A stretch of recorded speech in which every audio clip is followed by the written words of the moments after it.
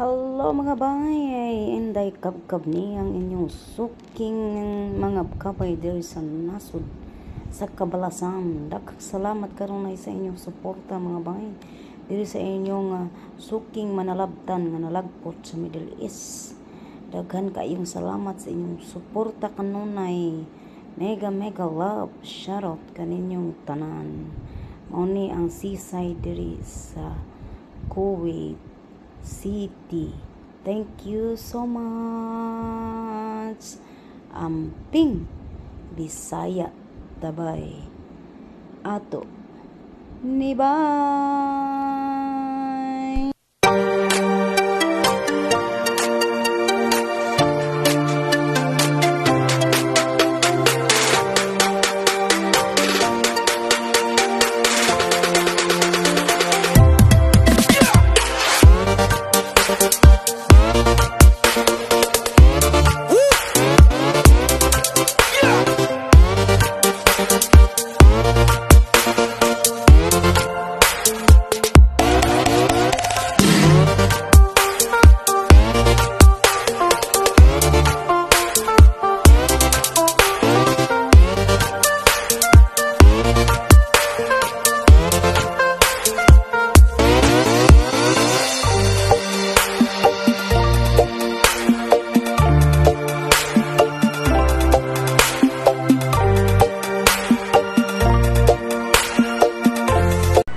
Hello mga bay, maing buntag karong buntaga di adlong Domingo, pitsa 9 sa buwan sa Pebrero. Akong gitagaan og katumanan ang usa ka request ng akong usa ka suking tiglantag tigpaminaw nga si Los Biminda. Ani iyahang request nga biryani.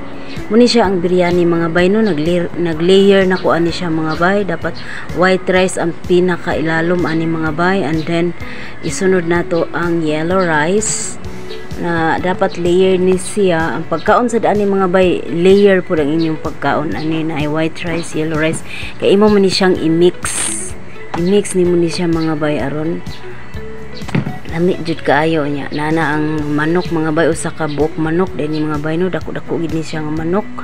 Ug dia ato na ning gi-layer aning Tupperware para sa guwapa kaayo nga ang kuan pag layer mga bay. So mao ni atong kalderong gigamit no, wa gid ni siya ni dikit mga bay. So nara okay na ato na ning ibutang ning atong white rice with saffron, turmeric powder, and kaning usa ka pang topping sa ako mga bay nga panggwapa nya. Nag-fry di ako og onion sad nga pataas mo na akong itopping sa ibabaw para humot jud kaning ato ang biryani. Og nag-fry sad kog itlog mga bay, duha ka buok, og naasad ko gi-fry nga raisin mo na siya para pagtanggal umay diha mga bay sa ato ang biryani. Okay mga bay, dagdag lasa. Og mao na ni siya bay ang final nato nga layering sa ato ang biryani. Gagmay gini siya giwa ang biryani mga bay, lahi sa tungkab sa tibuok pudto siya nga manok. So mao na ni siya mga bay. Ang ako ang price ani ni by Los B is 699 ni siya. Magkaigo na gini siya, taman pulo ka tao no, pulo ka individual. Kay daghan gi kay ni siya mga bay, kay dako maning Tupperware nga akong gisudlan no. Kung gagmay mo kaon, nasa igo gid siguro nig na pulo ka tao.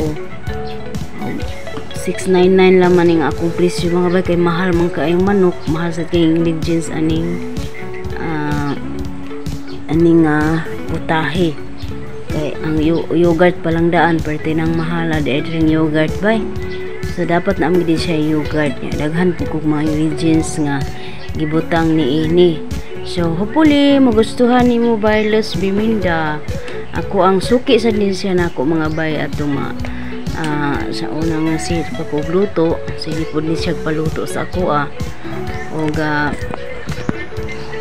certified suki na nako si bay Los Biminda. Thank you kaayo bay Los sa imo ang order. Hinaot nga magustuhan nimo ang taon ni na medyo watery siya gamay kay lahi ang bugas na mix ang bugas. So before na prepare ang tanan, ang final nga platter na to mga bay, daghan patag mga preparation yun ani, mag-andam tas mga lamas tanan para diretso na gyud nga to ang pagluto. So ang mga lamas na akong gihiwa diri mga bay is ahos, sibuyas bombay, sibuyas dahon, luya, kamatis nya. Nagtagko sad kog tanglad para mahumot ang ato ang manok. Ako pong gikuan nagluya no, nakuha na ba na akong luya nya. Ang sibuyas bombay ani na ay cubes na apoy patag-as, kay ang patag-as mao to itong gamiton sa toppings. So karon nagbait sa kuaning kutsilyo kay magtadtad na tas manok. Nanglan gyud hait ang kutsilyo ani magtadtad ta. So di ara mga bay, magtadtad na ko ani sa kuan to ang manok, saka tibuok manok dayang ako ang gigamit ani.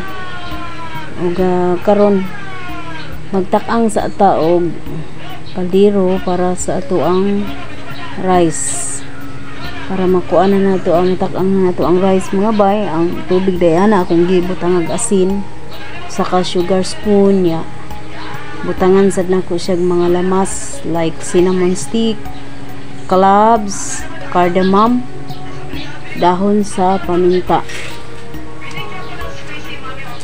Tapos mentras nagkuan na ta diri sa kuan ka ng rice, naggisa na sad ko ani mga bay no para sa ato ang biryani nga manok. So tangan ako insig mga lamas tanan itong i-prepare nako, giingon nako ganiha nya. Gibutangan nako siya mga spices like biryani spices, and then gibutangan sad nako og kaning tomato paste, yogurt, og kining mango atsar from India. Nakoy mga special gid nga ingredients ni atong biryani. Medyo magastos gid siya, especially ang yogurt diri sa Pilipinas perting mahala no, but ato nga medyo daghan gid siya og spices mga bay, like unlike sa biryani sa kabsa or mas busdiyay nga kuan kanang mas daghan ni siya og proseso mga bay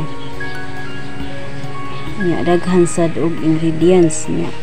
Ning kusinera in town tas nagluto, higo pud ni siya og kape kay kanting pamahaw naman gid ning mga orasa. Medyo autuhan og mata.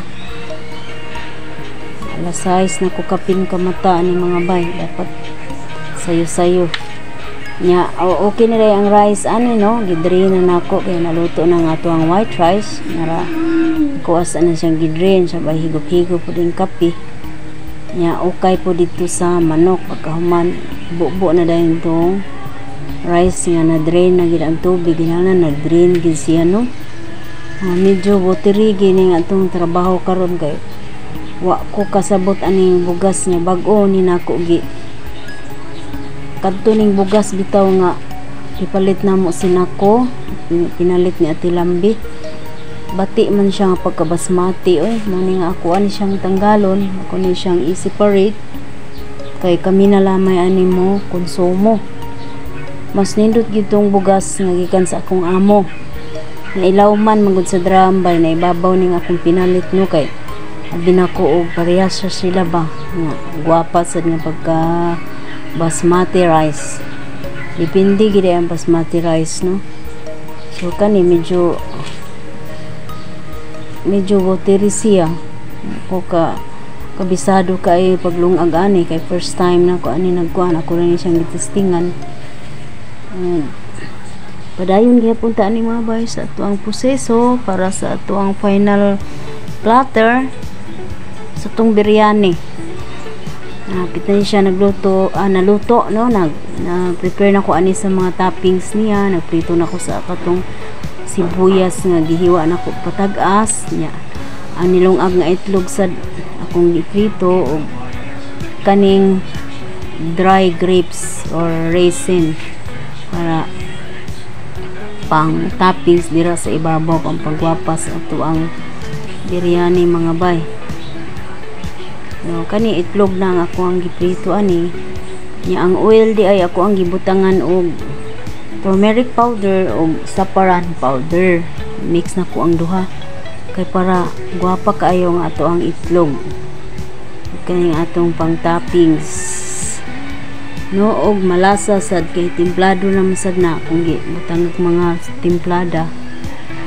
So karon nahuman na mga bay kani ato ready na itong mga pang toppings. Mag-prepare na ta ani para mag-transfer na ta sa ato ang biryani. Nya na pa may oil gamay sa kung iprituhan. So ano lang ko nagsayang og oras, ako na lang gilutuan pod og sunny side up or ice egg para sa akong mga anak kay hapit mahapod sila ng mata. Ani mga orasa para inig mata nila ready na pod ang ilahang pamahaw. Okay, nag-ready na ko ani mga bay para mag-transfer na ta. Thank you for watching.